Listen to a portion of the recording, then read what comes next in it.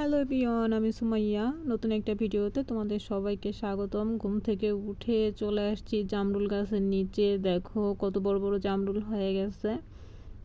আর হচ্ছে যে তাই ভাবলাম যে তোমাদের সঙ্গে একটু শেয়ার করি। এখন আমার ঘুম ঘুম ভাব যায়নি।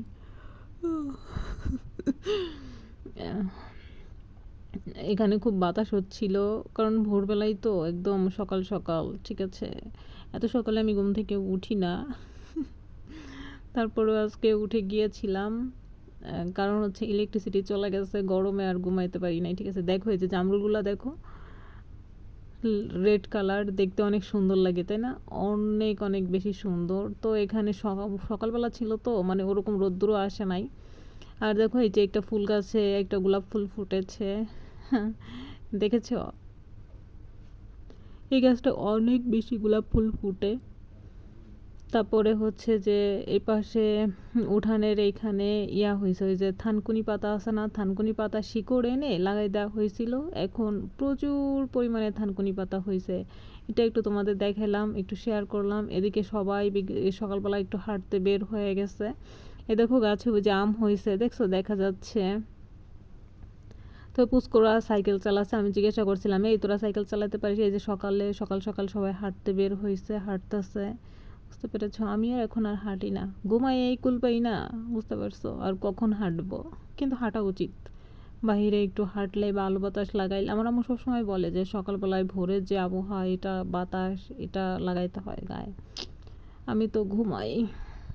দেখো এদিকে পেয়ারা গাছেও পেয়ারা হয়ে গেছে। পেয়ারাগুলো বড় হইতে এখনও দেরি আছে, কিন্তু এই গাছের পেয়ারা অনেক বেশি মিষ্টি, অনেক বেশি মজা লাগে খাইতে। বুঝতে পেরেছো?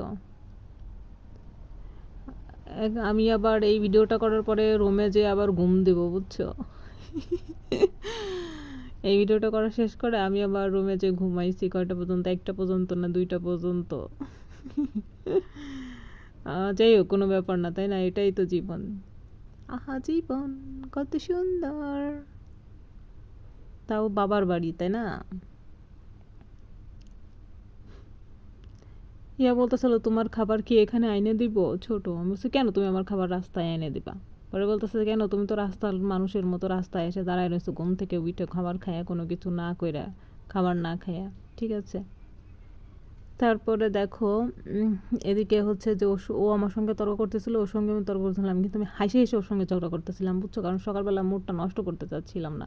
কারণ সকালবেলায় মুডটা নষ্ট হয়ে গেলে সারাদিন ওরকমভাবে চলতে থাকে। এই দেখো আবারও তোমাদেরকে একটু জামরুল দেখাই দিই, কত সুন্দর হয়েছে। আরও বেশি পড়ে গেছে, কারণ প্রচণ্ড রোদ্দুর ছিল না কয়েকদিন।